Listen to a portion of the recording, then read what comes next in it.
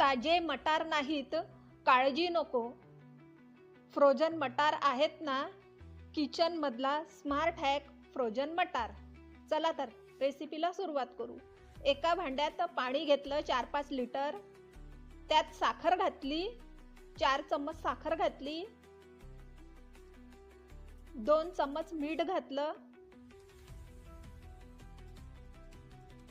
छान ढवळून घेतलं.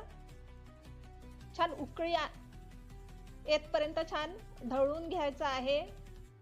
उकळी आणायची आहे पाण्याला. उकळी आल्यानंतर पूर्ण मटार त्यात घालायचे आहे पाण्यामध्ये छान आणि ढवळून घ्यायचं आहे.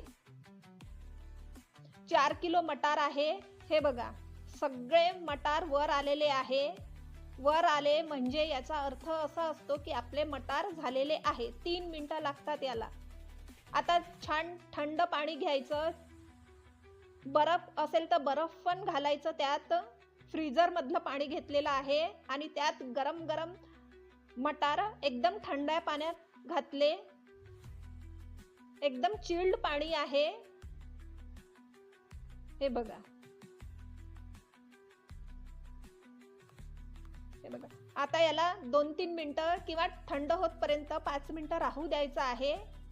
अशाच माझ्या रेसिपी बघण्यासाठी माझ्या चॅनलला सबस्क्राईब करा, व्हिडिओला लाईक करा, शेअर करा आणि कॉमेंट करा. एक चाळणी घ्यायची आहे आणि पूर्ण पाणी निथळून घ्यायचं आहे चाळणीमधनं. हे बघा, पूर्ण पाणी निथळलं आहे. आता एका कापडावर, कॉटनच्या कापडावर ते सुकत घालायचे आहे.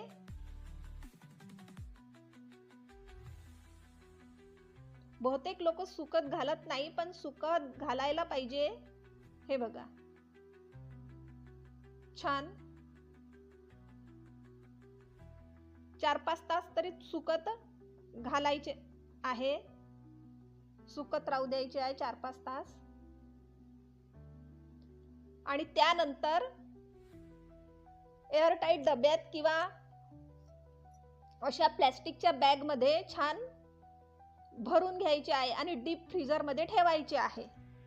स्वयंपाक सोपा करा, फ्रोझन मटार वापरा. या प्रकारे फ्रोझन मटार करायचे आहेत. करून बघा तुम्ही पण. कधी पण आयत्या वेळेला कामी येते. बाय.